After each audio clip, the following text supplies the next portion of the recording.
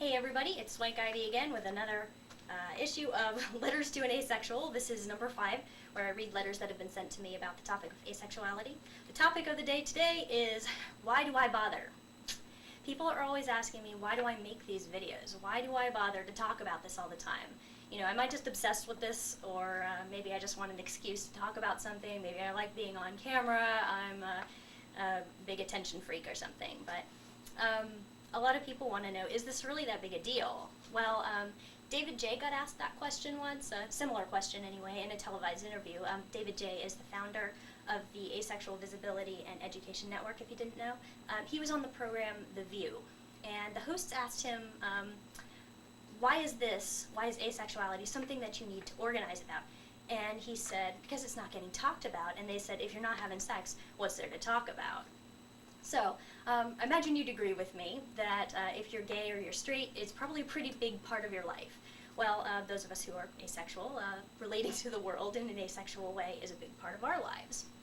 So, mainly what we want is just to be ourselves and everything, and have that be okay. But the problem is, asexuality really isn't recognized by the larger society yet, not very much. So, because of that, if you're an out asexual, you end up having to deal with a ton of questions every time you're honest with someone. And it makes a lot of asexual people feel really marginalized, or sometimes attacked, or even just completely invisible. So I should go ahead and say that I don't mind answering questions because I'm trying to help there be more understanding. But I'm contributing to awareness now, mainly so that there will be fewer questions in the future. And then we can talk about it just as much as anybody talks about being gay or straight, no more, no less. So, some people think that really what we should be doing is really not inviting the topic at all, that we should really just be shutting up about it. Obviously, I don't feel that way, but here is someone from a scrap of a YouTube comment here, who obviously disagrees with me. Here's their comment. I'm trying to understand. You act as if sexuality isn't really important to you, that it's not a part of you, yet it is a huge part of you, obviously. Your drive to become asexual is kind of the same as another's drive for sexuality. What's the difference? So here's my response to that. You are obviously going to think it's a huge part of my life if you watch my video series dedicated to spreading information about it and then you don't look at it in the context of my larger life. Asexuality awareness being one of my causes does not mean sexuality is actually important to me and I'm in denial. I'm not trying to become asexual. I'm describing my experience of having no sexual attraction, not actively pursuing celibacy despite urges to the contrary. That's the difference. If you were really trying to understand, you would not spend the next 500 characters telling me my explanation of my lifestyle and feelings indicate that I need to have my mind changed. You appear to have gone into evaluating my videos with a mind already closed to the possibility that a person can actually be both asexual and interested in talking about it. To help understand, asexuality is a lack of attraction, not a drive of any kind at all. Saying it's just a drive like sexuality, but in the opposite direction, is indicative that you didn't understand the message. So, now here's another bit from a YouTube commenter who was actually very friendly, but also seemed to think talking about this isn't necessary. Here's their comment. You seem like a free spirit with a good intelligent head on your shoulders. Therefore, don't let people get to you. If you're asexual, great. Why feel the need to explain yourself? Never explain. Friends and family do not need to hear it, and your enemies won't believe you anyway. So, now me again. I think I went into pretty good detail explaining why I do think an explanation is important in another video if you're interested. It's not about friends, family, or enemies. It's about awareness. I'm interested in helping more people, both asexual and not, understand asexuality, and my videos are part of that. It's amazing how many people will immediately start accusing, inquiring, and judging when they hear I'm asexual. So yes, it really is necessary to have information available. I've been contributing to asexuality awareness with my articles, interviews, and most recently, videos for a little over a decade.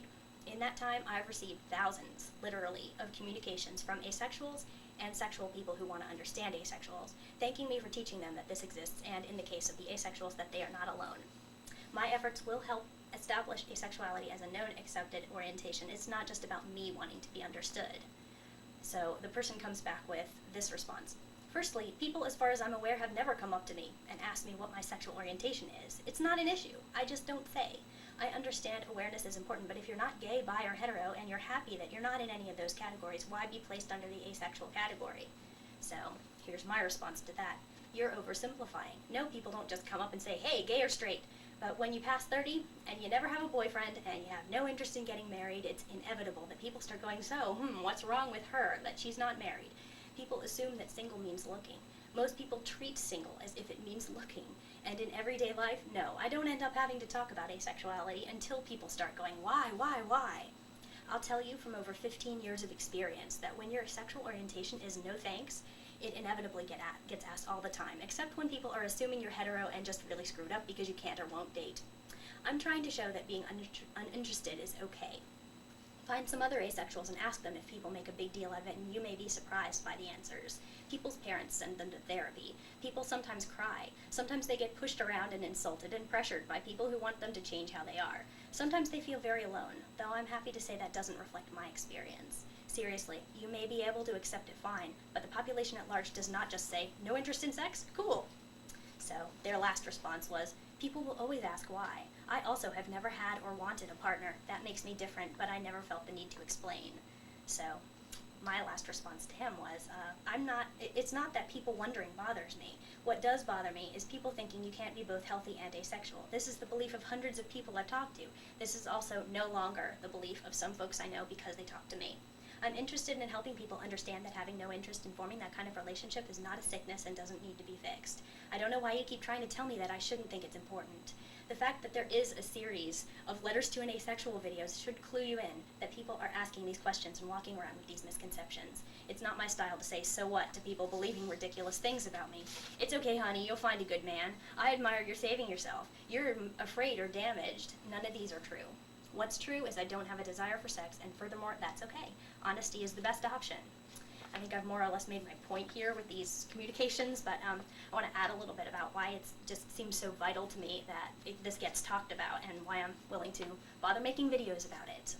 There are so many misconceptions about people who don't experience sexual attraction, and the message that society sometimes sends by asking us these questions over and over again is that we must not understand how we feel, or we aren't qualified to describe our experiences, or maybe that if we do feel that way, there is something wrong with us. I mean, on asexuality forums, you're always seeing the newbies come on and telling their how I figured out I was asexual story, and there's almost always that crisis story in there of, oh my god, what's wrong with me? You know, some people who don't want sex actually do have a problem, don't get me wrong, but for some of us, the only thing that feels wrong is trying to make sex fit into our lives the way it does for everyone else. And I think that some people, even the ones that mean well, they can really damage their asexual friends and family members by asking them to defend how they feel all the time. So the reason that I bother with all this asexuality awareness junk is I want asexuality to be recognized as a valid option for sexual orientation. Because right now, if you say you're asexual after they quit joking about whether you're an amoeba, the first thing that they want to do is they want to not jump to the part where they believe you, but they want to ask you to find a different answer that they can understand better, and they make damn sure that you know that you're wrong about your own feelings, and it doesn't matter to them if they've known you for a year or a minute. They still think that they have enough information to judge you like that, and they do not, and I want to change that. So I'm very open and honest about every other aspect of my life, and I don't exhibit any of the damaged thought processes that you might see from somebody who was crazy or something. So I don't know why people can't accept that maybe I'm being honest and accurate about my description of this. So if there were more awareness about asexuality, we probably wouldn't get challenged as much, and everybody we meet wouldn't necessarily feel the need to cross-examine us. And that's why I'm trying to answer the questions before they're asked. That, in short, is why I bother.